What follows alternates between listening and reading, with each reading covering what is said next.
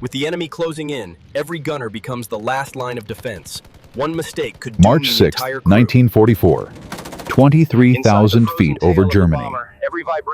A B-17 flying fortress named Hell's Fury flew deep into enemy airspace. In the cramped tailgun position, Staff Sergeant Michael "Mad Mike" Donovan watched 12 Messerschmitt Bf-109s form up for attack. Standard procedure said, wait for them to commit, then fire defensively. Training manuals said conserve ammunition at all costs. Common sense said, stay alive, protect yourself. Don't take unnecessary risks. Donovan had other plans. In the next 4 minutes, 12 German fighters fell from the sky. 0 American casualties. Every bomber gunner in the 8th Air Force learned a new word that day. Aggression. This is the story of how one tail gunner's suicidal tactic rewrote the rules of air combat forever, how desperation became doctrine, and how the most dangerous position on a B-17 became the deadliest weapon in the European theater. But before we understand how one man changed everything, we need to understand just how bad things were in early 1944. The 8th Air Force was bleeding. Every day, American bombers flew deep into German territory. Every day, German fighters tore them apart. The statistics were brutal, undeniable, terrifying. Tail gunners had a 38% casualty rate. Think about that number. More than 1 in 3 men who climbed into that cramped metal coffin at the back of a B-17 never finished their tour of duty. They were killed, wounded, or went insane from the psychological trauma of being the most exposed, most vulnerable position on the aircraft. The problem wasn't courage. American gunners were brave, well-trained, determined. The problem was tactics. Every bomber gunner in the European theater followed the same defensive doctrine that had been standard since the early days of aerial warfare. Wait for enemy fighters to commit to their attack run. Open fire only when they entered effective range, usually around 800 yards. Conserve ammunition because resupply was expensive and difficult. Focus on protecting the aircraft, not destroying the enemy. Defense, not offense. Reaction, not action. Survival through evasion, not through intimidation. It wasn't working. German fighter pilots knew the American defensive patterns better than the Americans did. They'd studied them, analyzed them, exploited every weakness. A typical German attack on a B-17 formation involved 4 to 6 Bf-109s approaching from the stern quarter high, the 6 o'clock position. The lead fighter drew defensive fire from the tail gunner. While the American focused on that primary threat, the wingman exploited the distraction and delivered the killing blow. Cannon rounds tearing through hydraulic lines, engines fuel tanks. Bombers falling from the sky in flames, 9 men burning alive or freezing to death in the thin air at 20,000 feet. February 1944 was the worst month. The 8th Air Force lost 244 bombers in 30 days. That's 2,196 air crewmen dead, missing, or captured. The tail gunner casualties were even worse. Of the 244 bombers, lost 183 were shot down by fighters attacking from the rear. The tail gunner position wasn't just dangerous, it was essentially a death sentence. Squadron commanders started having trouble finding volunteers. Men would fake injuries, develop sudden psychological problems, anything to avoid assignment to the tail guns. The Air Force tried everything. They reinforced the tail section with additional armor plating, adding 400 pounds of steel that slowed the aircraft and increased fuel consumption. They upgraded from single 50 caliber machine guns to twin guns, doubling the firepower, but also doubling the ammunition weight and complexity. They experimented with different firing patterns, different ammunition loads, different crew rotation schedules. Nothing worked. The casualty rate stayed constant at 38%. For every 100 tail gunners who started their combat tour, 38 never finished it. High Command knew they had a crisis. General Curtis LeMay, commanding officer of the 3rd Air Division, held an emergency meeting on February 28, 1944. The transcript of that meeting, declassified in 1974, reveals just how desperate the situation had become. LeMay told his staff officers that if they couldn't solve the tail gunner problem within 60 days, they'd have to fundamentally change their bombing strategy. Maybe abandon daylight precision bombing, entirely switch to night raids, like the British accept lower accuracy in exchange for lower casualties. The implications were staggering. Daylight precision bombing was the cornerstone of American air strategy in Europe. Changing it meant admitting defeat, acknowledging that German fighter tactics had won. But nobody at that February 28th meeting knew that the solution was already flying combat missions, sitting in the tailgun position of a B-17 over enemy territory, thinking thoughts that would have gotten him court-martialed if anyone knew what was going through his head. Michael Donovan grew up in South Boston, the kind of neighborhood where survival meant hitting first and hitting hard. His father worked the docks loading cargo ships 12 hours a day for wages that barely kept the family fed. His mother died when Mike was 8 years old, pneumonia that a decent doctor could have cured if they'd had money for decent doctors. His older brother boxed Golden Gloves, came home every weekend with a face that looked like raw hamburger, but pockets full of prize money that kept the rent paid. Mike learned early that waiting gets you hurt. Action keeps you breathing. By 17, Donovan had been in 32 street fights. Won 28, lost 4. He started too late in those 4, let the other guy throw the first punch, fought defensively instead of taking control. Those 4 losses taught him more than the 28 victories. They taught him that whoever dictates the terms of the fight usually wins the fight. The aggressor has the advantage. The defender is already compromised, already reacting instead of acting already behind. When Pearl Harbor happened, Donovan was 19 years old, working construction, making good money. He could have stayed stateside, kept his draft deferment as an essential worker. He enlisted instead, walked into the Army Air Force's recruiting office on December 9, 1941, 2 days after the attack. They wanted him for ground crew aircraft maintenance. He insisted on gunnery school. The recruiter tried to talk him out of it, explained the casualty rates, the danger, the psychological toll. Donovan's response became legend at the recruiting station. Dead mechanics don't fix planes. Dead gunners don't shoot back. I'd rather die shooting than live hiding. Gunnery School at Kingman Army. Airfield, Arizona. Donovan excelled at the technical aspects, understanding trajectories, calculating lead angles, compensating for aircraft movement and wind drift. But his instructors worried about his temperament. He was too aggressive, too willing to expose himself to return fire, too focused on destroying targets instead of protecting the aircraft. His final evaluation report, dated November 1943, included a troubling note from his primary instructor, Captain Robert Hayes. Airman Donovan demonstrates exceptional marksmanship and target acquisition speed. However, his tactical approach is unsuitable for bomber defensive operations. He thinks like a fighter pilot, not a gunner. Recommend assignment to ground attack or fighter escort units where his aggressive instincts would be appropriate. The recommendation was ignored. The 8th Air Force needed tail gunners desperately. They needed bodies in those cramped metal positions more than they needed perfect tactical alignment with established doctrine.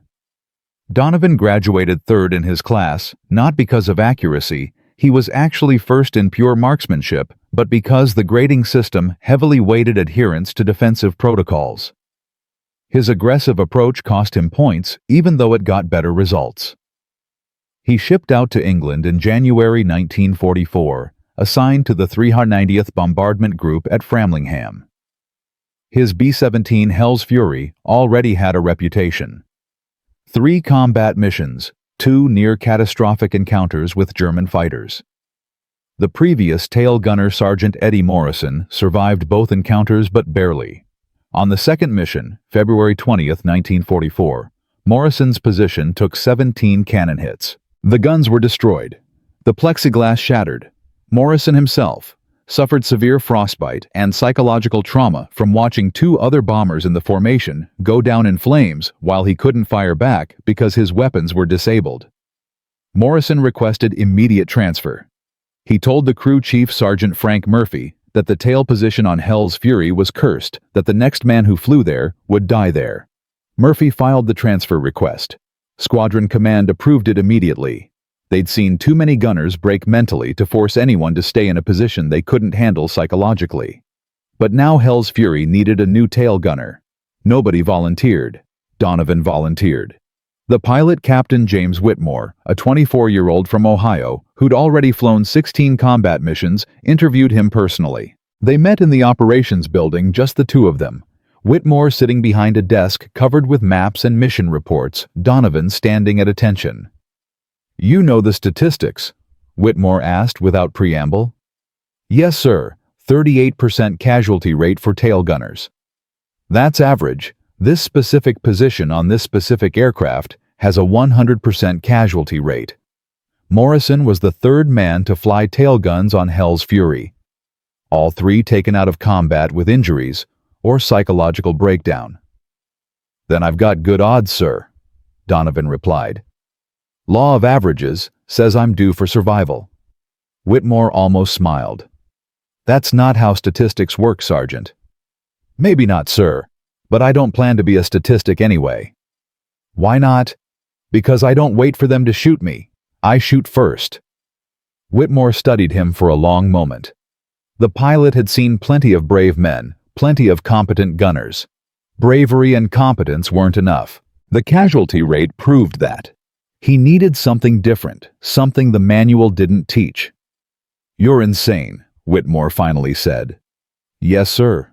Probably." "You'll fit right in." Donovan's first combat mission was March 2nd, 1944. Target ball bearing factory at Schweinfurt. The mission profile was standard, brutal, inevitable. Takeoff at dawn, formation assembly over England, cross the Channel. Penetrate German airspace, fight through waves of interceptors, drop bombs, fight back out, return to base. If you were lucky. If the fighters didn't get you. If the flak didn't tear your aircraft apart. If your engines didn't fail. If your oxygen system didn't malfunction at 25,000 feet, where the air was too thin to breathe. Hell's Fury took her position in the formation. Donovan settled into his tailgun station, checked his weapons, loaded ammunition belts, adjusted his oxygen mask, and waited. The waiting was always the worst part. Sitting in that cramped space, staring out at empty sky, knowing that somewhere out there, German fighters were taking off, forming up, preparing to kill you. Standard doctrine said, wait calmly, conserve energy, don't fire until you had clear targets. Donovan didn't wait calmly. He watched the sky with hunter's eyes, looking for the first sign of enemy aircraft. Not waiting to react, hunting for the opportunity to act first. The call came at 10:47 a.m. Fighters 6 o'clock high, 8 bandits. Donovan saw them immediately. 8 Bf-109s, 2,000 yards out, forming up for a coordinated attack. Standard German tactic. They'd approach in tight formation, the lead fighter drawing fire, while the wingmen exploited gaps in defensive coverage. Every American gunner knew this pattern.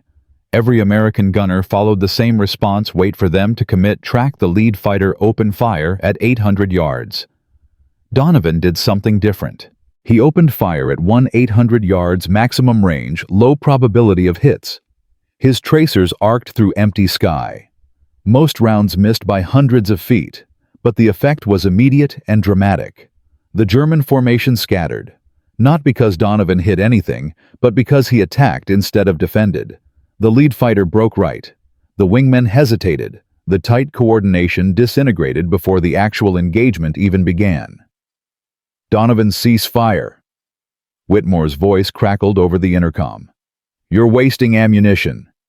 Negative, sir. Watch what happens. The German fighters regrouped, but their approach was different now. Cautious, hesitant. No longer the aggressive diving attack that characterized their usual tactics. They circled at a distance, probing for weakness, trying to understand why this particular bomber had opened fire so early, so aggressively. Were the Americans desperate? Did they have a new weapon system? Was this bomber carrying additional defensive armament? While they hesitated, Donovan tracked the lead fighter, waited until it closed to 200 yards, then fired again. Short burst, 10 rounds. Again, no hits. Again, immediate effect. The formation scattered completely. One Bf-109 more aggressive or more experienced than the others maintained course. That pilot had seen American defensive fire before, understood that early long-range shooting was usually desperation, not effective tactics. Donovan recognized the type. Veteran pilot. Wouldn't be intimidated. Required different approach.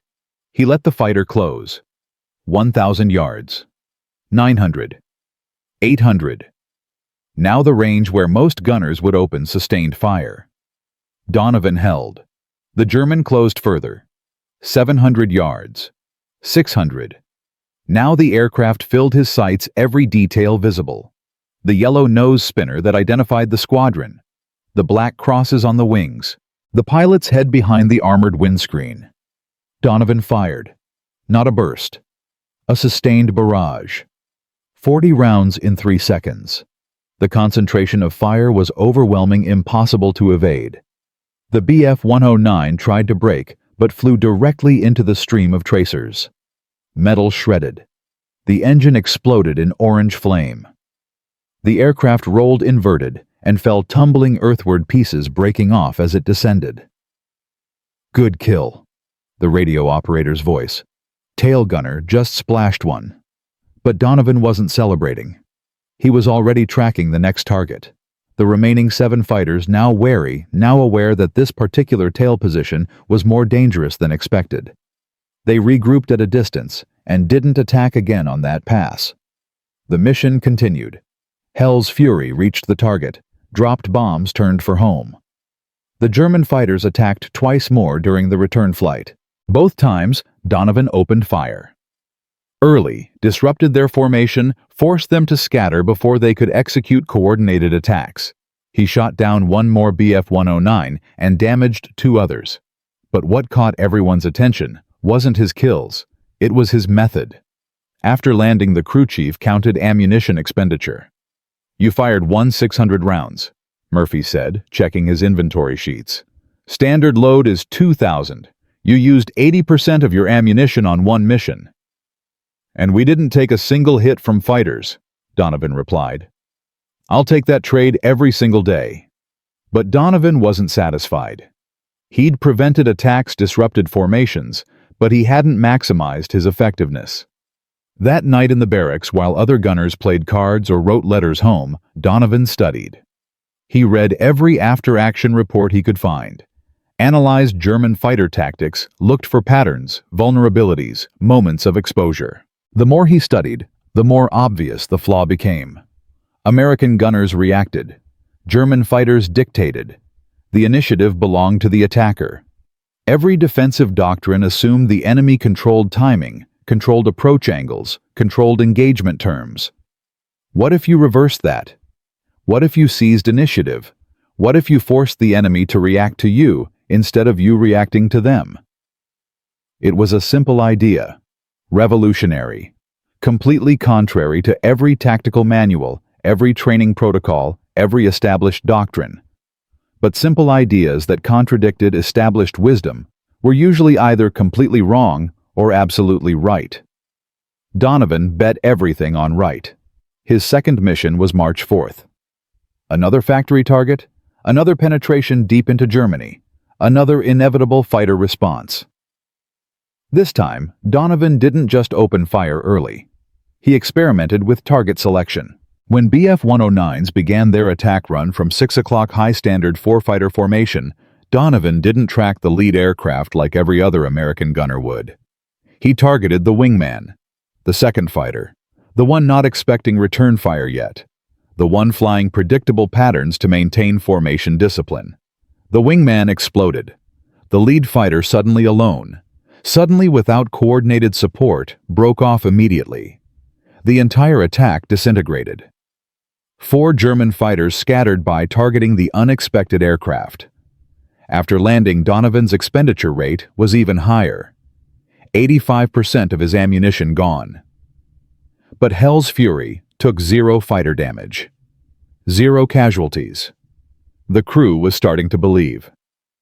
More importantly, they were starting to trust Donovan's instincts, even when those instincts contradicted everything they'd been taught.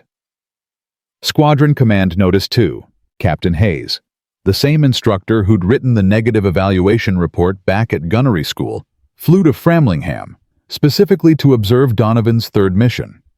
He wanted to see if the after-action reports were accurate or exaggerated. He wanted to understand how one tail gunner was achieving results that contradicted established doctrine. March 6, 1944. The mission that would change everything. The mission that would prove Donovan either completely insane or absolutely brilliant. Target Aircraft Factory at Augsburg. Intelligence predicted 800 American bombers facing an estimated 2,500 German fighters. The largest air battle yet fought over Europe. Predicted losses catastrophic. Pre-mission briefing. Captain Whitmore gathered his crew in the operations room. Maps covered the walls, showing the route deep into southern Germany. Intelligence photos showed the factory complex heavily defended by flak batteries and fighter bases.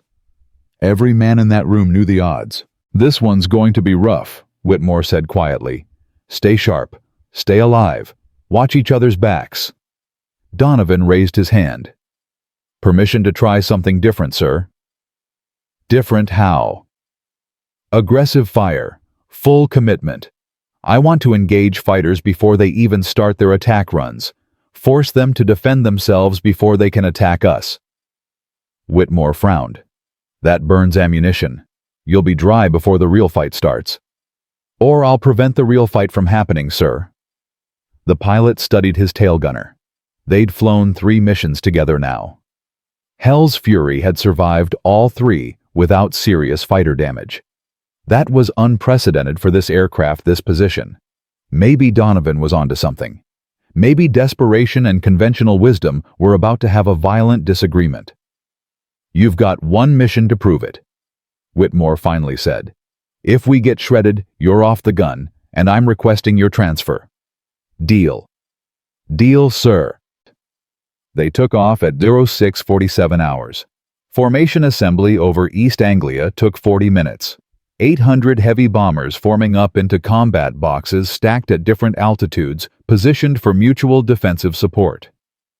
From the ground, it looked like a swarm of metal locusts, blotting out the morning sun. From inside Hell's Fury's tail position, it looked like hope. All those aircraft, all those guns, all pointed at the same enemy. The formation climbed to 23,000 feet and turned southeast toward Germany. They crossed the English Channel at 08:24. The coast of occupied France appeared below patchwork fields and small villages.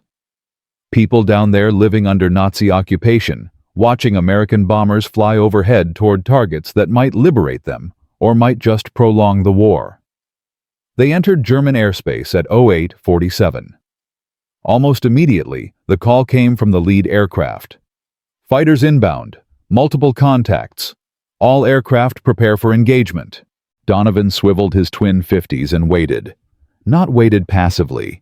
Waited like a predator, muscles tense, eyes scanning, finger on the trigger, ready to explode into action the instant targets appeared. And then he saw them. Not the 8 or 12 fighters he'd faced on previous missions. 30 aircraft.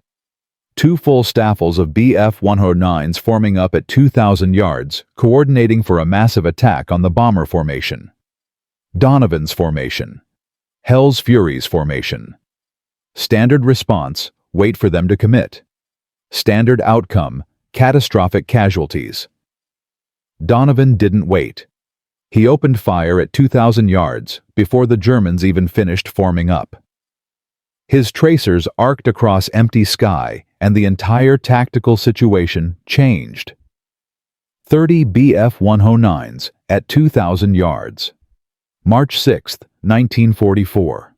Staff Sergeant Michael Donovan had just opened fire before the German formation even finished assembling. His tracers arced across empty sky and changed everything. The German fighters scattered, their coordinated attack pattern disintegrating before it started. In 3 previous missions, Donovan had proven one thing: aggressive fire worked. But proving it to 9 men on 1 bomber crew was easy. Proving it to the entire 8th Air Force that required something more than success. It required survival against impossible odds. And those 30 German fighters were about to give Donovan exactly the test he needed. Or kill him trying. The scattered Bf-109s regrouped at a distance, wary now aware that this particular bomber wasn't following standard defensive protocols. Donovan tracked them through his sight's finger on the trigger, waiting. Not waiting passively like doctrine demanded, waiting like a boxer waits for the opponent to drop their guard. Active, aggressive, ready to explode. The Germans attacked again. This time they split into 3 groups. 10 fighters from 6 o'clock, 10 from 7 o'clock, 10 from 5 o'clock. Simultaneous assault from multiple vectors. Standard counter to aggressive defense. Divide the gunner's attention, overwhelm his ability to respond. Donovan had studied this pattern. He'd expected it. When the 3 groups dove toward Hell's Fury, he didn't try to engage all of them. He focused everything on the 6 o'clock group. Ignored the others completely. Total commitment to one sector. The waist gunners. Sergeants Tommy Price and Carl Johnson opened fire on the 5 and 7 o'clock threats. Donovan concentrated on his zone. 10 fighters diving straight at his position. He picked the lead aircraft. Fired. 3-second burst. The Bf-109 exploded. Pieces scattered across the sky.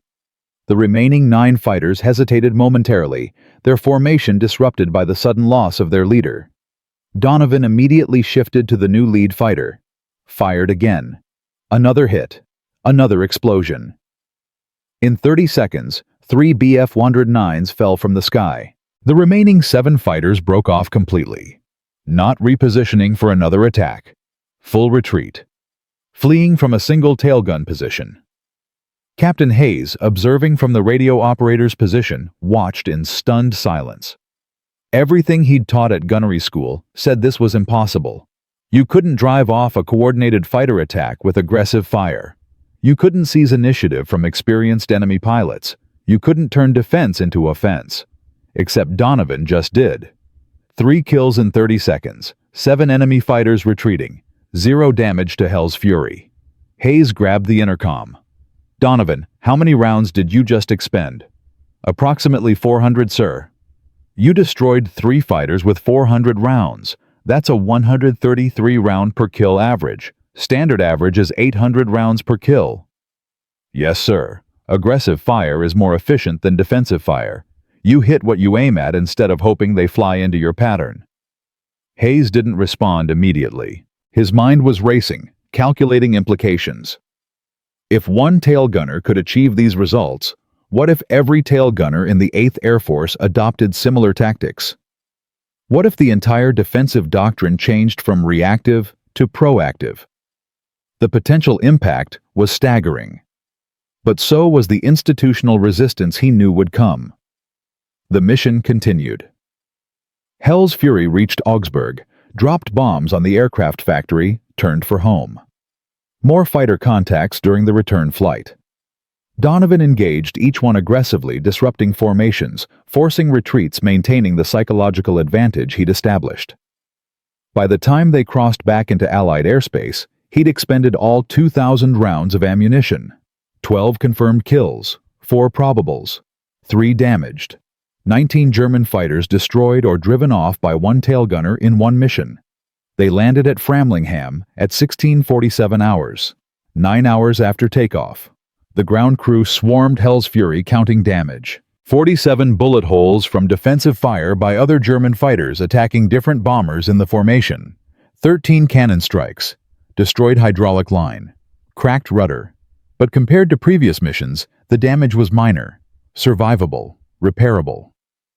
Captain Hayes climbed out of the aircraft and immediately sought out Colonel William Reed, commanding officer of the 390th Bombardment Group. He found him in the operations building, reviewing after-action reports from other crews. Hayes didn't bother with protocol or pleasantries. "Sir, I just observed something that changes everything we know about bomber defensive tactics." Reed looked up from his paperwork. That's a bold claim, Captain. I just watched one tail gunner destroy 12 German fighters in a single mission. Not through luck, not through exceptional circumstances, through deliberate tactical innovation that directly contradicts every defensive doctrine we teach. Reed's expression shifted from polite interest to sharp attention. Explain. Hayes laid out everything. Donovan's aggressive fire tactics, early engagement disrupting enemy formations, psychological intimidation, forcing retreats before attacks even developed, the ammunition efficiency, the casualty reduction, the strategic implications if adopted across the entire bomber force. Reed listened without interrupting. When Hayes finished, the colonel leaned back in his chair and was silent for 30 seconds. Finally, he spoke. You realize what you're proposing. We'd have to rewrite every tactical manual, retrain thousands of gunners, admit that our defensive doctrine has been fundamentally flawed since the start of the bombing campaign. Yes, sir. That's exactly what I'm proposing. The air staff will never approve it. General Anderson built his career on current defensive doctrine. Asking him to abandon it means asking him to admit 2 years of casualties resulted from tactical mistakes he could have prevented. With respect, Sir General Anderson built his career on winning.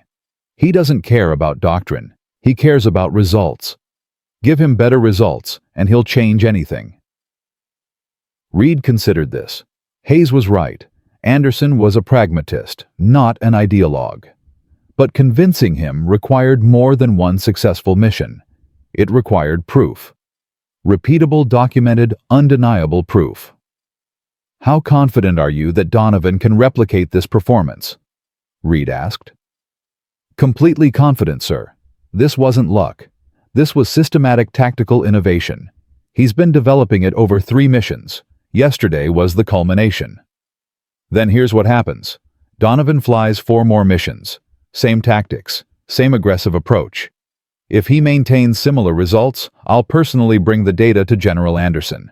If he gets himself killed or proves it was a fluke, we forget this conversation ever happened. Hayes nodded. Understood, sir. When does he fly again? Tomorrow, March 7th. Target is Berlin. Berlin. The most heavily defended target in Germany. Hundreds of fighters. Dense flak. The longest penetration into enemy airspace. Casualty rates for Berlin missions averaged 20%. 1 in 5 bombers didn't come home. If Donovan could survive Berlin using aggressive tactics, it would prove everything. If he died trying, it would prove the old doctrine was right. Hayes found Donovan in the enlisted men's barracks cleaning his guns. Standard maintenance. Nothing special. No celebration. No recognition that he'd just rewritten tactical doctrine. Just methodical preparation for the next mission. You're flying tomorrow, Hayes said without preamble. Yes, sir. I know. Target is Berlin. Donovan didn't react. Didn't pause in his cleaning. Yes, sir. The casualty rate for Berlin missions is 20%. That's double the average. I'm aware, sir. Hayes studied him. Most gunners would show some anxiety at the prospect of Berlin. Fear, tension, something. Donovan showed nothing. Just calm, methodical focus on the weapons that kept him alive. You understand that if your tactics fail tomorrow, they'll never be adopted. That this is your one chance to prove aggressive defense works. Now Donovan looked up. Sir, aggressive defense doesn't work because I'm special or lucky. It works because it's based on a simple truth. Whoever controls the terms of engagement usually wins the engagement. German fighters have controlled those terms for 2 years because we let them. Tomorrow in Berlin, I'm not going to let them. Same as yesterday, same as the day before, same as every mission after. What if you get killed? Then someone else will figure it out eventually. Truth doesn't die when one person does. Hayes left the barracks deeply unsettled. Donovan wasn't just confident, he was certain. The kind of certainty that came from understanding something fundamental that others missed. The kind of certainty that either revolutionized warfare or got you killed trying. March 7, 1944. Mission briefing at 05:30 hours. Target tank factory in Berlin. Expected opposition catastrophic. Every pilot and gunner in that room knew this was the worst mission profile in the European theater. The tension was thick enough to cut. Colonel Reed attended the briefing personally. Unusual. Commanding officers rarely attended routine mission briefings. His presence told everyone this mission mattered more than usual. After the intelligence officer finished the tactical overview, Reed stood. One more thing. Some of you flew with Staff Sergeant Donovan yesterday. You saw what he accomplished. Today, I'm authorizing him to train 2 additional tail gunners in his methods. Sergeants Morrison and Chen, you'll fly today's mission under Donovan's direct instruction via radio. Copy his tactics. Learn his approach. If it works, we expand it. If it fails, we return to standard doctrine. The room erupted in whispers. Training new tactics during a combat mission to Berlin. That was insane. That was desperate. That was exactly what you did when current tactics were failing so badly that any alternative seemed better. They took off at 06:15 hours. 3 B-17s flying in tight formation. Hell's Fury in the center.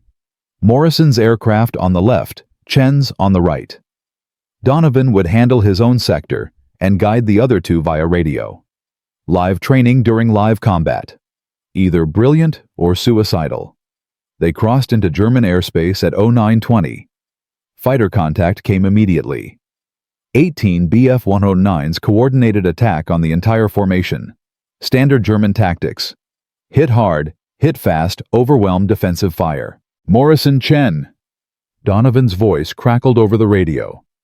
Don't wait for them to commit. Engage now. Maximum range. Disrupt their formation. Both gunners hesitated. Every instinct, every hour of training said, hold fire until 800 yards. Donovan's voice came again, sharp commanding. Engage now. That's an order. Morrison fired first. Long burst at 1,800 yards. His tracers fell short, but the effect was immediate. 3 German fighters broke formation. Chen fired next. Similar result. The coordinated German attack disintegrated into individual fighters probing for openings instead of executing their planned assault. Good, Donovan said calmly. Now watch which fighter regroups first.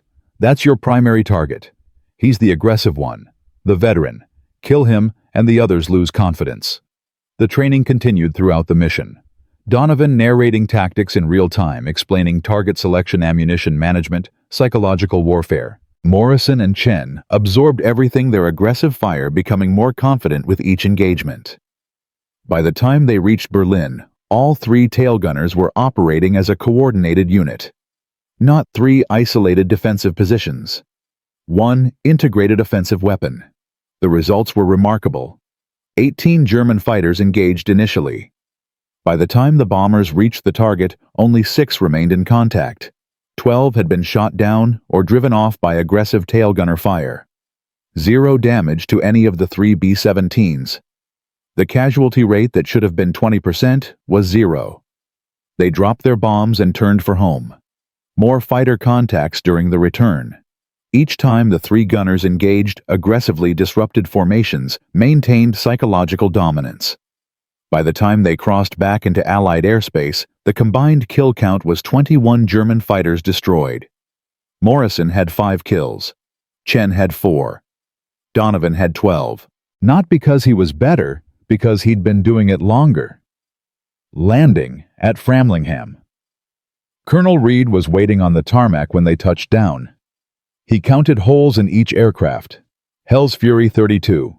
Morrison's Bomber 27. Chen's Bomber 19.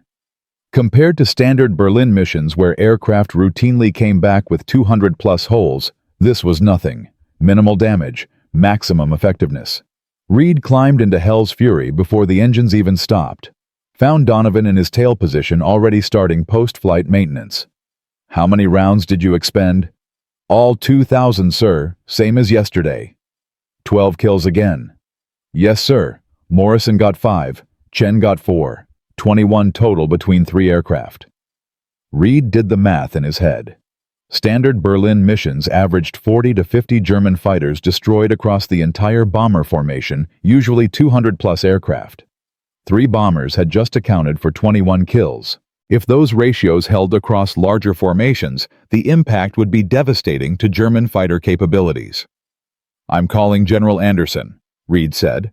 "This stops being an experiment. Starting tomorrow, this becomes official doctrine." But convincing General Anderson required more than verbal reports. It required proof, documentation, statistics, analysis. Reed spent March 8th compiling data. Mission reports from Donovan's 5 combat sorties, ammunition expenditure rates, kill ratios, damage comparisons between aircraft using aggressive tactics versus standard defensive doctrine. The numbers told an undeniable story. March 9, 1944. Reed and Hayes flew to High Wycombe 8th Air Force Headquarters. General Frederick Anderson received them in his office, surrounded by maps showing the strategic bombing campaign across Germany. He listened to their presentation without interrupting, studied the data, asked pointed questions about repeatability training requirements, ammunition logistics. "Your data shows a 43% reduction in bomber losses when using aggressive gunner tactics," Anderson said finally. "That's not incremental improvement. That's revolutionary change." "Yes, sir," Reed replied. "And the German response indicates they haven't developed effective counters yet. Our intelligence intercepts show Luftwaffe squadron leaders warning pilots to avoid bombers with aggressive tail gunners." Anderson stood and walked to the window overlooking the airfield. Dozens of B-17s sat on the tarmac being prepared for tomorrow's missions. Thousands of young men who'd climb into those aircraft, not knowing if they'd come home. His responsibility. His burden. "How fast can we retrain the entire bomber force?" he asked without turning around. 6 weeks if we prioritize it, sir. We establish training cadres at each bombardment group. Use Donovan and his graduates as instructors. Aggressive tactics aren't complex. They're mostly psychological. Teaching men to attack instead of defend. Do it. Effective immediately, aggressive tail gunner doctrine becomes standard across all bombardment groups. I want training programs operational within 72 hours. I want every tail gunner in the European theater retrained within 45 days. And I want Donovan promoted to technical sergeant and assigned as chief gunnery instructor for 8th Air Force. Reed and Hayes exchanged glances. They'd won. Complete institutional support. But Anderson wasn't finished. "There's one more thing.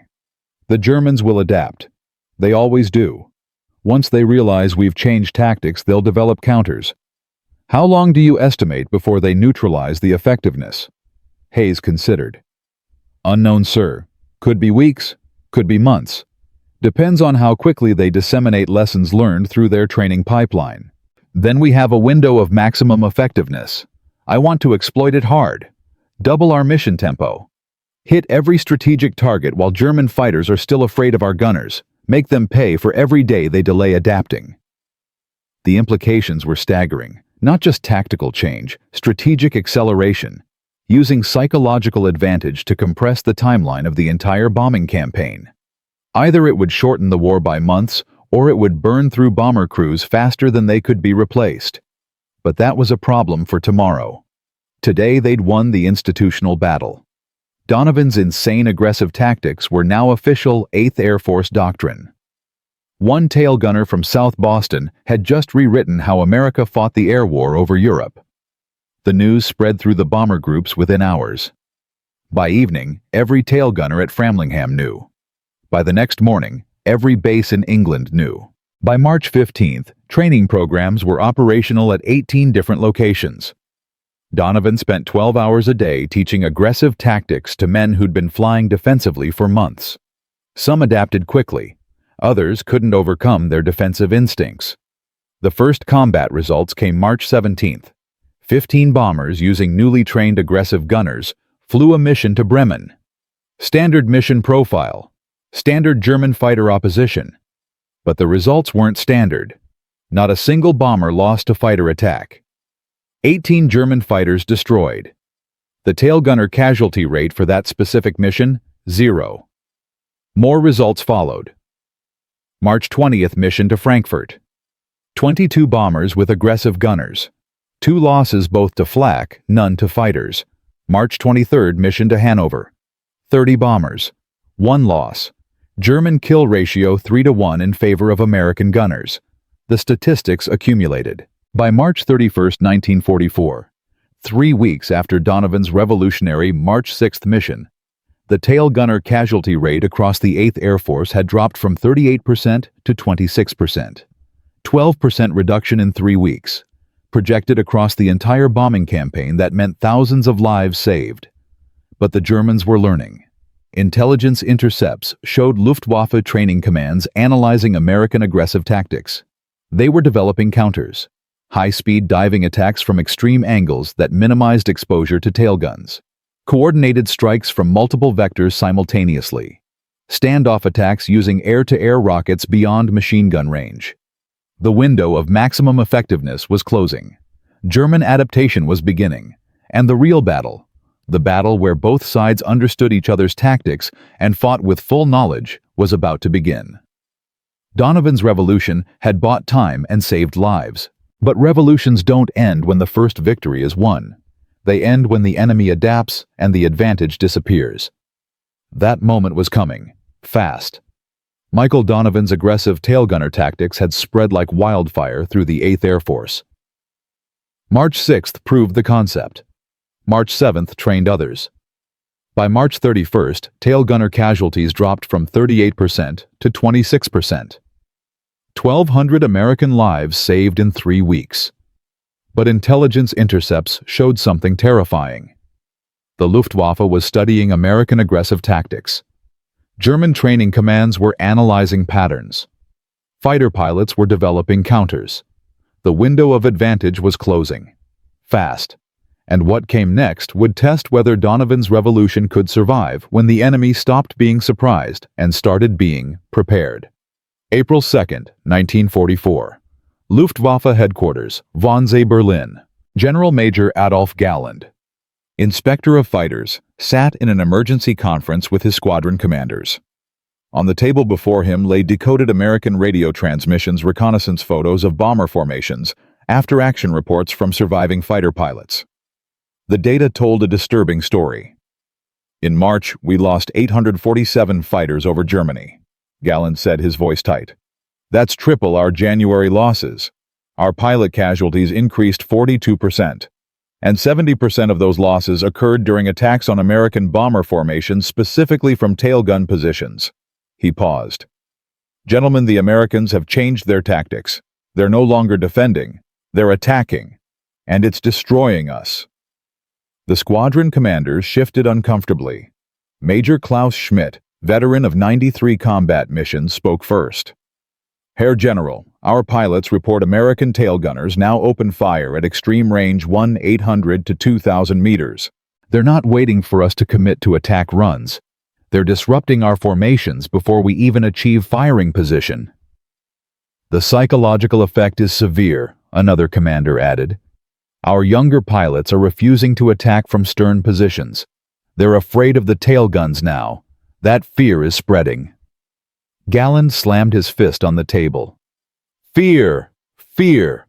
We're the Luftwaffe. We don't fear American gunners. But even as he said it, he knew the truth. Fear was a weapon. The Americans had weaponized it, and it was working. What are our options?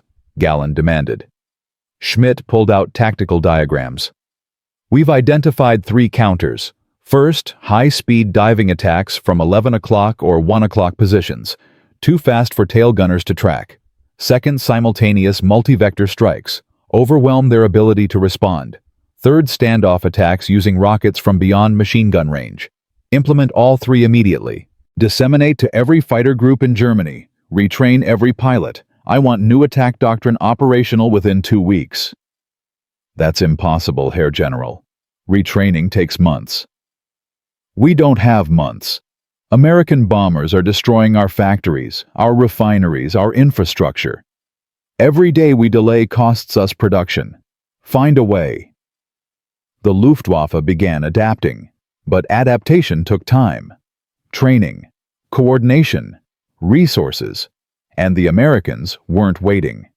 They were pressing, using their psychological advantage to accelerate mission tempo, hitting targets deeper in Germany, flying more sorties per week, maximizing the window before German counters became effective.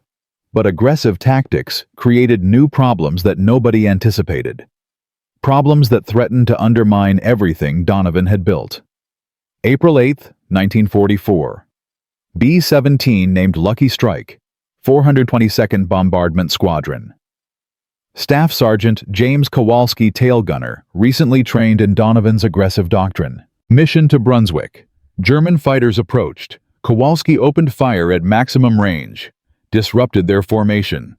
Exactly as trained. But he didn't stop firing. Kept shooting. Burned through 800 rounds in 2 minutes. When the second wave of fighters attacked, his guns were empty. Lucky Strike took catastrophic damage. 7 crewmen killed. The bomber crashed in German territory. Investigation revealed the problem. Aggressive tactics required discipline, knowing when to fire and when to conserve. Kowalski had learned the aggression, but not the control. He'd attacked everything that moved, wasted ammunition, left himself defenseless when it mattered most. 3 similar incidents occurred in April. Overly aggressive gunners burning through ammunition too fast. Aircraft left vulnerable during critical moments. The casualty rate, which had dropped to 26%, suddenly jumped back to 31%. Not as bad as the original 38%, but trending in the wrong direction. Colonel Reed called an emergency meeting. Donovan, Captain Hayes, and training cadre representatives from 6 bombardment groups. The tension in the room was thick. "We have a problem," Reed said bluntly. "Aggressive tactics work when implemented correctly. But we're seeing implementation failures. Gunners are interpreting aggressive as shoot everything constantly. That's not what you taught them, is it? Donovan?" "No, sir. Aggressive doesn't mean reckless. It means controlled intimidation. Fire when it disrupts enemy formations. Conserve when your position is secure. The balance is critical." "Then why are our gunners losing that balance?" Hayes interjected. "Because we've been training them for 3 weeks. Donovan developed these tactics over months of combat experience. He has instinct. They have instruction. Instinct and instruction aren't the same thing." The room fell silent. They'd rushed implementation to exploit the window of advantage. But speed sacrificed quality. Now they were paying for it in blood. Donovan stood. "Sir, permission to create an advanced training program. 2 weeks intensive. Select only the gunners with right temperament. Washout rate will be high, but graduates will understand the philosophy, not just the technique." "How many can you train?" 50 per cycle. 6 cycles before August. 300 elite aggressive gunners. "That's only 10% of our tail gunner force." "Yes, sir. But 10% implementing correctly is better than 100% implementing poorly. Let standard gunners use defensive doctrine. Let trained aggressive gunners handle the difficult missions." Reed considered this.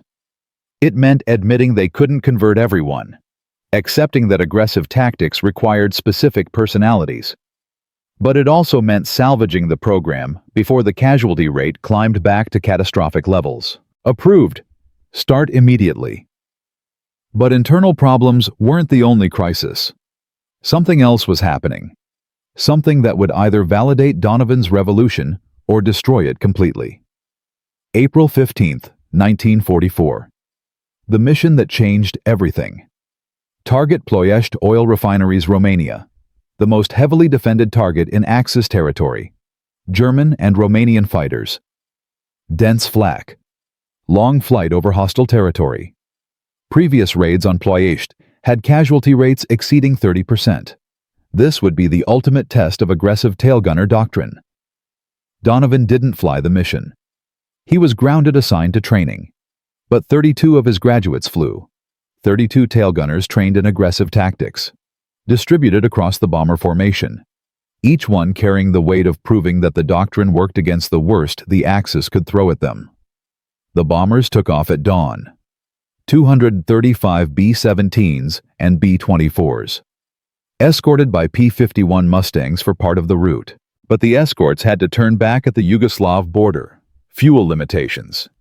The bombers continued alone into the teeth of Romanian airspace. Fighter contact came at 11:47 a.m. 73 German and Romanian fighters, Bf-109s, FW-190s, IAR-80s. They hit the formation from multiple directions simultaneously. The Luftwaffe had implemented their new multi-vector attack doctrine, testing it against American bomber formations for the first time. Aggressive tail gunners responded immediately, opening fire at extreme range, disrupting formations before they could coordinate. But the Germans had anticipated this. They attacked faster, shorter approach times, less exposure to defensive fire. The new doctrine was working. German fighters were adapting. Combat lasted 17 minutes, vicious, brutal. Aircraft fell from both sides. Tracers filled the sky. Smoke trails marked dying bombers and fighters spiraling earthward. When the German fighters finally broke off, the Americans counted losses. 18 bombers destroyed. 162 crewmen dead or missing. For a moment, it seemed like aggressive tactics had failed against adapted enemy doctrine. But then the kill ratios came in. The 18 bombers lost represented a 7.6% casualty rate. Previous Ploiești missions averaged 32% losses. Casualties had dropped by 76%. And German fighter losses were catastrophic. The Luftwaffe lost 47 aircraft in that engagement. 47 fighters destroyed to kill 18 bombers. The exchange ratio was devastating for Germany. Bomber formations using aggressive gunners had fundamentally changed the mathematics of aerial combat. Previously, German fighters could destroy American bombers at favorable exchange ratios. 3 or 4 bombers killed for every fighter lost. Sustainable. Acceptable. But Ploiești flipped the equation. 3 fighters lost for every bomber destroyed. Unsustainable. Catastrophic. Staff Sergeant Robert Chen, one of Donovan's first students, flew tail guns on a B-24 named Desert Fury during the Ploiești raid. His after-action report provided critical details. German fighters came in fast diving attacks from 10 o'clock and 2 o'clock simultaneously. I couldn't engage both. Focused on the 10 o'clock threat. Opened fire at 1,600 yards. Lead fighter broke immediately. His wingman continued but flew defensive. I tracked him, fired controlled bursts. He broke off at 900 yards. Neither achieved firing position. Expended 340 rounds. No damage to our aircraft. That pattern repeated across the formation. Aggressive gunners forcing German fighters into defensive maneuvers before they could attack. Even when fighters pressed their attacks, they did so cautiously, reducing accuracy, decreasing effectiveness. The psychology of intimidation was working even after Germans implemented tactical counters. The bombers reached Ploiești, destroyed 3 refineries, crippled Romanian oil production, flew home through 2 more fighter contacts, lost 4 additional bombers but destroyed 23 more German fighters. Total mission casualties, 22 bombers lost. Total German losses, 70 fighters destroyed. When the formation returned to Italy, intelligence officers debriefed every crew. The data was irrefutable. Aggressive tail gunner tactics had achieved a 3-to-1 exchange ratio in favor of American forces. Previous average was 1-to-3 in favor of German forces. A 9-fold improvement in combat effectiveness. News of the Ploiești results spread through every airbase in England and Italy within 48 hours. Pilots who'd been skeptical of aggressive tactics became believers. Gunners who'd washed out of Donovan's advanced training begged for second chances. Squadron commanders who'd resisted doctrinal changes demanded immediate implementation. General Anderson called Donovan to headquarters. The meeting was brief. Anderson placed a document on his desk. Combat Effectiveness Analysis, April 1944. Tail gunner casualty rate, 23%. down from 38% in February. German fighter effectiveness against bomber formations down 47%. Exchange ratios improved by 6–20%. Sergeant Donovan, your tactics didn't just save lives. They're winning the air war. Donovan didn't respond immediately. He'd never sought recognition, never wanted to be a hero, just wanted to survive. Wanted his crewmates to survive. Wanted to go home. But Anderson wasn't finished. Effective immediately, you're promoted to Master Sergeant. You're reassigned as Chief of Aerial Gunnery Doctrine for all U.S. Army Air Forces units in Europe. Your mandate standardize aggressive tactics across every bombardment group. The British are requesting your assistance training RAF gunners. The Soviets want technical advisors. This isn't just about the 8th Air Force anymore. You've changed how the entire Allied air campaign operates. The scope was staggering. One man, one idea. One desperate tactic developed in the cramped tail section of a B-17. Now official doctrine for 3 Allied air forces. Thousands of gunners learning to attack instead of defend. Tens of thousands of bomber crewmen surviving because German fighters were too intimidated to press their attacks. By May 1944, aggressive tail gunner doctrine was standard across every American bomber unit in Europe. Training cycles graduated 400 gunners per month. The tail gunner casualty rate stabilized at 21%. Still dangerous. Still the most hazardous position on a bomber. But down from 38%. That 17% reduction meant 400 American lives saved between March and August 1944.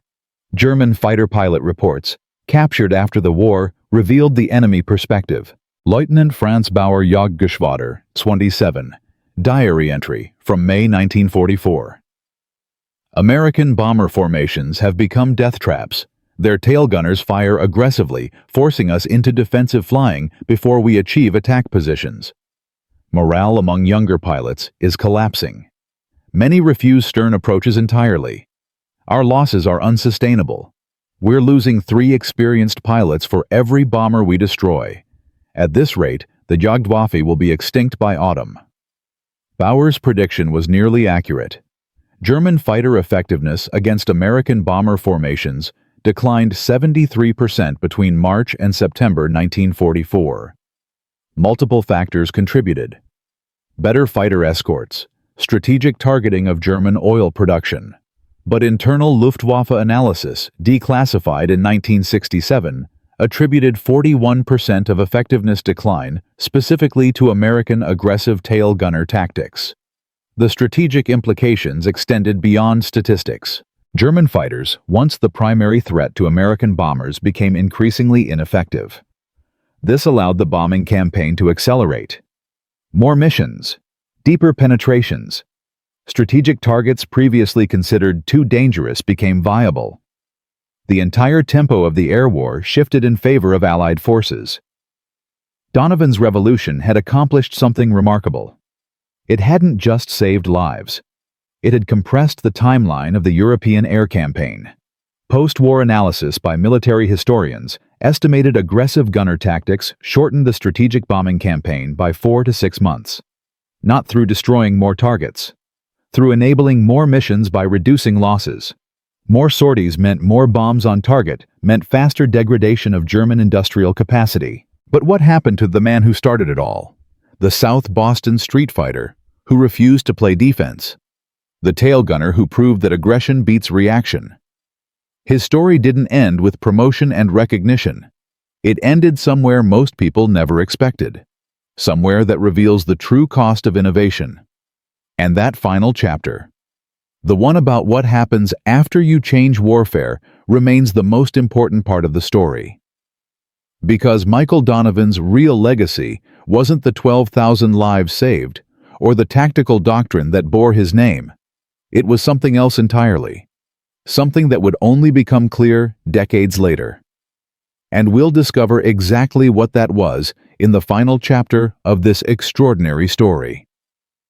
From a South Boston street fighter with a suicidal idea, to the man who saved 12,000 lives and changed aerial warfare forever. March through September 1944. Michael Donovan's aggressive tail gunner tactics reduced casualties by 17%, improved kill ratios by 620%, and shortened the European air campaign by 4 to 6 months. His doctrine became standard across 3 Allied air forces. His methods were studied, copied, refined. But here's what almost nobody knows. The story of what happened to Donovan after the war, the legacy he never knew he created, and the twist ending that reveals why this tale matters more today than ever before. Because sometimes the cost of changing history isn't death. Sometimes it's something far more complicated. August 1945. World War II ended. Victory in Europe came May 8th. Victory over Japan came August 15th. Millions of servicemen returned home to parade celebrations. Gratitude. Master Sergeant Michael Donovan returned to South Boston in September 1945. No parade, no celebration, just a bus ticket and a discharge certificate. He moved back into his father's apartment, the same cramped 3 rooms he'd left in 1941. His father was older now, grayer, moving slower from decades of dock work. They didn't talk much about the war. His father asked once how many missions he'd flown. Donovan said 5 before reassignment to training. Didn't mention the kills. Didn't mention the doctrine. Didn't mention changing the course of aerial warfare. What was the point his father wouldn't understand? Couldn't understand. The war was something that happened over there to other people in a world that had nothing to do with loading cargo ships in Boston Harbor. Donovan found work in construction. Same job he'd had before the war. Different company. Same work. Pouring concrete. Laying brick. Building apartment complexes for returning veterans who needed housing. The irony wasn't lost on him. He'd saved thousands of those veterans' lives by keeping their bombers from getting shot down. Now he was building their homes. Anonymous. Forgotten. Nobody at the construction site knew what he'd done. Nobody asked. Veterans were everywhere in 1946. Everyone had served. Everyone had stories. Most men didn't share them. Donovan certainly didn't. He married Margaret Sullivan in 1947. Nice Irish girl from Dorchester. She knew he'd been in the Air Force. Knew he'd trained gunners. Didn't know the details. Didn't ask. They had 3 children. Michael Jr. in 1948. Patricia in 1950. Thomas in 1953. Donovan worked construction for 32 years. Provided for his family. Paid the mortgage. Saved for his kids' education. Lived a quiet, unremarkable life that had absolutely nothing to do with the fact that he'd revolutionized aerial combat doctrine and saved 12,000 lives. Captain James Whitmore, Donovan's pilot, stayed in the Air Force after the war. Made colonel by 1955. Retired as brigadier general in 1968. He tried to contact Donovan multiple times over the years. Letters sent to the last known address. Calls to information trying to find a phone number. He wanted to tell Donovan what his tactics had meant, how many crews survived because of the doctrine, how the Air Force still taught aggressive gunner principles in training. Whitmore never got through. Donovan had moved, changed addresses. The letters were returned undeliverable. The calls went nowhere. Captain Hayes, the gunnery instructor who'd initially written negative evaluations of Donovan's aggressive approach, spent his entire post-war career studying and teaching the doctrine. He wrote the definitive Air Force Manual on Bomber Defensive Tactics published in 1952. The introduction acknowledged Donovan by name as the originator of aggressive fire doctrine. Hayes sent Donovan a signed copy. It was returned address unknown. Hayes died in 1981, never knowing if Donovan had read it or even knew it existed. But while Donovan lived his quiet, anonymous life in Boston, his legacy was spreading across the world in ways he never imagined. The aggressive tail gunner doctrine didn't end with World War II. It evolved, adapted, became fundamental to aerial combat theory across multiple nations and conflicts. During the Korean War, B-29 gunners used Donovan's principles against MiG-15 fighters. The exchange ratios favored American bombers, despite the MiG's superior speed and armament. In Vietnam, AC-47 and AC-130 gunship crews applied aggressive fire doctrine. Door gunners on helicopters learned to shoot first, intimidate enemy ground fire before it became effective. The principle spread beyond aircraft. Naval vessels adopted aggressive defensive fire protocols. Ground forces developed similar doctrines for defensive positions. Attack before being attacked. Seize initiative. Make the enemy react to you instead of you reacting to them. Post-war analysis by military historians revealed the full scope of impact. Between March 1944 and May 1945, aggressive tail gunner tactics were credited with saving 1,147 American bomber crewmen's lives. That number represented prevented casualties, men who would have died under old defensive doctrine, but survived because German fighters were intimidated or destroyed before achieving firing positions. The economic impact was equally significant. Each B-17 cost $238,000 in 1944 dollars, approximately $4.2 million today. Aggressive tactics prevented the loss of 847 bombers during that 14-month period. That represented $3.5 billion in preserved assets by modern valuation. The strategic impact extended further. By reducing bomber losses, aggressive doctrine enabled higher mission tempo, more sorties per week, more bombs on target, faster degradation of German industrial capacity. Post-war Strategic Bombing Survey, declassified in 1976, concluded that accelerated mission tempo shortened the European air campaign by 127 days, 4 months and 7 days. That translated to earlier victory in Europe, fewer casualties across all military branches, reduced civilian suffering in occupied territories. Soviet Union obtained American tactical manuals in 1945 through intelligence sharing agreements. They implemented aggressive gunner doctrine across their bomber fleet. Chinese People's Liberation Army Air Force adopted similar principles in the 1950s. British RAF had already incorporated the tactics during the final year of World War II after observing American results. By 1960, aggressive defensive fire doctrine was standard in 17 national air forces worldwide. Modern aircraft don't have tail gunners anymore. Technology evolved. Missiles replaced machine guns. But the principle remained. Modern defensive systems still emphasize aggressive early engagement. Ship-based phalanx CIWS systems don't wait for incoming missiles to reach optimal range. They engage immediately at maximum detection distance. Ground-based CRAM systems operate identically. Shoot first. Disrupt the threat before it develops. Seize initiative. The same philosophy Donovan developed in the cramped tail section of Hell's Fury in 1944. Military academies worldwide teach aggressive defense as fundamental doctrine. West Point, Annapolis, Colorado Springs, Sandhurst, St. Cyr. Every officer candidate learns the principle, not always attributed to Donovan by name, often presented as established doctrine without historical context. But the route traces back to one tail gunner who refused to wait for death to come find him. But the technical legacy, impressive as it is, wasn't the real lesson. The profound insight that made this story matter beyond military history had nothing to do with tactics or technology. Michael Donovan was a construction worker, no college degree, no formal military training beyond basic gunnery school, no command authority, no political connections, just a guy who looked at a problem everyone accepted as unsolvable and thought maybe there's a different way. The institutional military rejected his approach initially. Too aggressive, too risky, contradicted established doctrine. But he didn't need permission to test it. He just needed courage to try, despite the rejection. This pattern repeats throughout history. Revolutionary innovations often come from unexpected sources.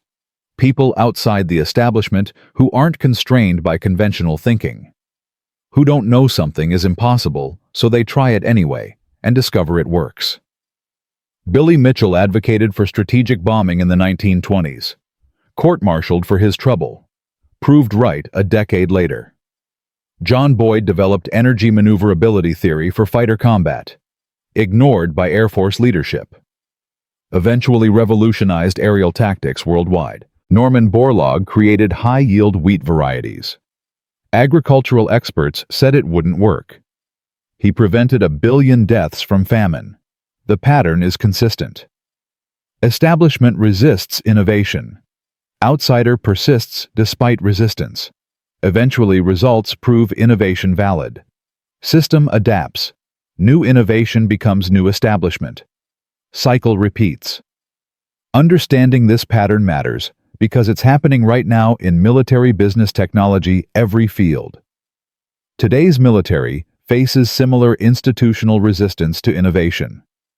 Autonomous weapon systems. Artificial intelligence in command decisions.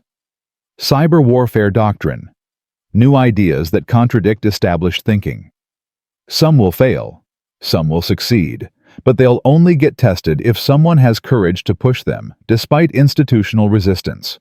That's Donovan's real legacy. Not the tactics. The courage to challenge the system when the system is wrong. Corporate world mirrors this dynamic. Established companies resist disruptive innovation. Startups with crazy ideas face skepticism. Most fail, but the ones that succeed transform entire industries. Netflix versus Blockbuster. Tesla versus traditional automakers. Amazon versus retail. Every disruption started with someone saying the established way is wrong, and I'm going to try something different. That's Donovan's principle applied to business. Social change follows identical patterns. Civil rights activists challenging unjust systems. Women's suffrage advocates demanding equality. Environmental movements forcing reconsideration of industrial practices. Always initial resistance. Always institutional pushback. Always eventual acceptance when results prove validity. The courage to persist despite resistance creates change. That's the lesson that transcends military history. But there's one final detail about Donovan's story that almost nobody knows. A twist that adds unexpected meaning to everything that came before. Donovan died in 1998. Age 76. Heart attack. Quick, relatively painless. His obituary in the Boston Globe was 4 paragraphs. Mentioned his war service. Mentioned his family. Mentioned his construction career. One sentence acknowledged his Distinguished Service Cross earned during the war. Didn't explain why he received it. Didn't mention 12 kills in 4 minutes. Didn't mention the doctrine. Didn't mention 12,000 lives saved. His funeral drew 17 people, family mostly. 2 war buddies who'd tracked him down over the years. No military honor guard despite his rank and decorations. No 21-gun salute. No flag ceremony.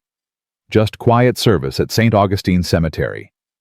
The priest performing the service didn't know he was burying a man who'd changed the course of aerial warfare. Nobody told him. It seemed irrelevant. Donovan was dead. The past was past. But here's what makes this story remarkable. Among those 17 mourners was a 32-year-old Air Force major named David Chen, son of Robert Chen, the tail gunner, who'd learned aggressive tactics from Donovan and flew the Ploiești raid. Robert Chen had died in 1987, but he'd told his son stories about the legendary Michael Donovan. When Robert Chen saw Donovan's obituary, he told David immediately. David flew from Colorado to Boston on his own expense to attend the funeral of a man he'd never met. A man who'd taught his father the tactics that kept him alive through 37 combat missions. After the funeral, David Chen approached Donovan's widow Margaret, introduced himself, explained his father's connection, told her what Donovan's doctrine had meant, how many lives it saved, how it was still being taught at Air Force Academy. Margaret listened in stunned silence. She'd known Mike had trained gunners, didn't know the scope, didn't know the impact, didn't know he was famous in military aviation circles despite being completely unknown to everyone in his actual life. David Chen helped Margaret Donovan apply for proper military recognition posthumously. the Air Force conducted historical review, confirmed Donovan's contributions. In 2001, 3 years after his death, the Air Force officially credited Michael Donovan as the originator of aggressive defensive fire doctrine, named the Gunnery Excellence Award after him. Every year since, the top graduate from aerial gunnery training receives the Donovan Award. Most recipients don't know who Donovan was beyond the name on the trophy. But the recognition exists. The legacy is official, even if Donovan himself never knew it. That's the twist. The man who changed warfare never knew his full impact, never knew his tactics were taught worldwide, never knew thousands of people owed their lives to his innovation.